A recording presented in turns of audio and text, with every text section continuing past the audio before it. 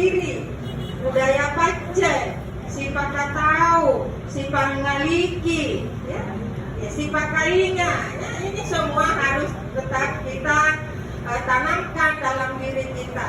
Orang tua kita, keluarga kita, tidak ada yang ingin melihat anaknya tidak sukses, anaknya tidak berhasil untuk mencapai hal itu.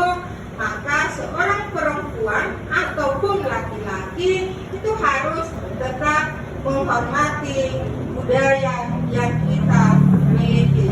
Orang tua harus menjadi teladan dalam keluarga, terutama ibu-ibu, ya. Ini harus kita tanamkan saat